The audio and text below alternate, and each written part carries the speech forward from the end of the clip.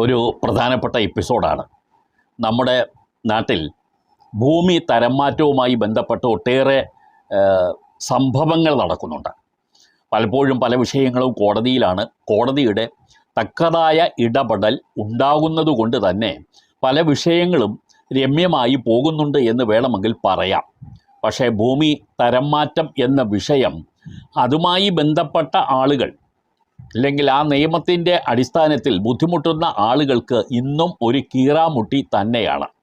പല കാര്യങ്ങളും സർക്കാർ ആവിഷ്കരിച്ച് നടപ്പാക്കിയെങ്കിലും ഇപ്പോഴും പൂർണ്ണമായി അതൊന്നും ഫലപ്രാപ്തിയിൽ എത്തിയിട്ടില്ല എന്ന് തീർച്ചയായും നമുക്ക് പറയാൻ കഴിയും. ഇന്നൊരു പ്രധാനപ്പെട്ട ഹൈക്കോടതി വിധി നിങ്ങളുടെ ശ്രദ്ധയിൽപ്പെടുത്തുകയാണ്.